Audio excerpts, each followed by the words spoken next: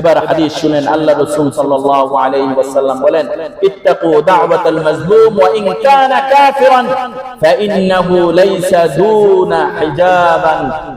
মুসনাদে আহমদের 12577 নম্বর হাদিস। আল্লাহ রাসূল বলেন, ইত্তাকু দাওয়াতাল মাজলুম, মাজলুমের বদদুয়া থেকে বেঁচে থাকো, ওয়া ইন কানা কাফিরান, যদিও সে কাফের হয়।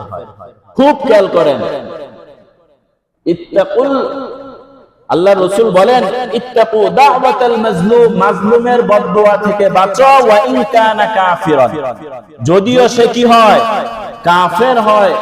কেননা লাইসা দুনহা হিজাবুন, কেননা মাজলুম যখন নির্যাতিত হয় তখন তার এবং আল্লাহর মাঝে কোনো পর্দা থাকে না, সরাসরি বদদুয়া আল্লাহর কাছে পৌঁছে যায়। আজকে আপনার ক্ষমতা আছে, রিকশাওয়ালা অনেক দূর গেলেন, 50 টাকার ভাড়া দেন, স্যার টাকা দেন, দিলেন 20 টাকা। রিকশাওয়ালা কয় যে স্যার এখানে তো 50 টাকা ভাড়া, আপনি 20 টাকা দিলেন। তো বেটা চিনস আমি কে? আমারে চিনস? তা আমার তো চিনা দিয়ে দরকার নাই, আমার তো টাকার দরকার। 50 টাকা ভাড়া, আপনি আমার 50 টাকা দিলেই কি চলবে? আমি 50 টাকা চিনি, আপনার চিনার আমার কি নাই, দরকার নাই। এবার নেতার শরীরটা কত গরম হয়ে গেছে, হইছে কিনা? এবার দে 20 টাকা দে। 20 টাকা নিয়া ওই দরিদ্র আর অসহায়ের গালের মধ্যে একটা থাপ্পড় লাগাই দিল, যা এবার যা বিচার নিয়া আয়। রিকশাওয়ালা বুঝে ফেলছে যে আমার ন্যায্য অধিকার ছিল 50 টাকা, আমাকে 50 টাকা আপনি দেন নাই। 20 টাকা দেওয়ার পর খারাপ আচরণ করেছেন, পরে 20 টাকা নিয়ে আমার উপর জুলুম করেছেন, আমাকে থাপ্পড় দিয়েছেন, আর বলছেন বিচার নিয়ে আসতে।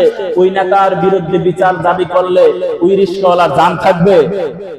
রিকশাওয়ালা বুঝে ফেলছে যে আমার টাকার প্রয়োজন নাই, ব্রেকটা ঘুরাইয়া পেট্রোল মারে আর ওই মালিকের কাছে সে বদদুয়া করে দেয়, আল্লাহ আমার উপর যিনি জুলুম করেছে আমি পারি নাই, তুমি এর সাক্ষী থাকো, তুমি তার বিচার করে দাও।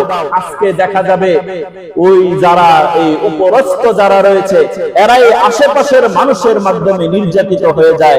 এটা দুনিয়ার বাহ্যিক অবস্থা আমাদের চোখের সামনে। বুঝে আসছে ভাই? এ কারণে একটু আগে হাদিস বলেছি, কাফেরের বদদুয়া থেকে বেঁচে থাকো। সেখানে মুসলমানের বদদুয়া যদি আপনি নেন, আপনার রক্ষা আছে? রক্ষা নাই। আর যদি আলেম ওলামার বদদুয়া নেন, তাইলে যে আপনার কি অবস্থা আল্লাহ কি ভালো জানে। এ কারণে সরকার যিনি হবে, আমরা দোয়া করি আল্লাহ যেন ইনসাফগার, ন্যায় পরায়ণ একজন সরকার এই জমিনের উপর আল্লাহ প্রতিষ্ঠিত করে দেন। সকলে বলে আমিন। দুর্নীতিবাদ, স্বার্থবাদ, এ ধরনের সরকার বাংলাদেশের মানুষ চায় না। কি বলেন? এ ধরনের মানুষ আমরা চাই না। যারা দীর্ঘ সময় লুটপাট করে, একদল লুটপাট করে খেয়ে গেল, আবার আরেক দল বললো আইসা আমরা দেখামো, আরেক দল আইসা তারাও লুটপাট করলো, এরাও বললো জনগণ আমাদের সাথে, পরে যারা আসবে তারাও বলবে জনগণ আমাদের সাথে। মাঝখানে ওই পাড়া পুতার ঘষাঘষি, মরিচের দশা শেষ, জনগণের অবস্থা 12টা বাজে দেব, বাজারের অবস্থা আবারও আগুন ধরবে।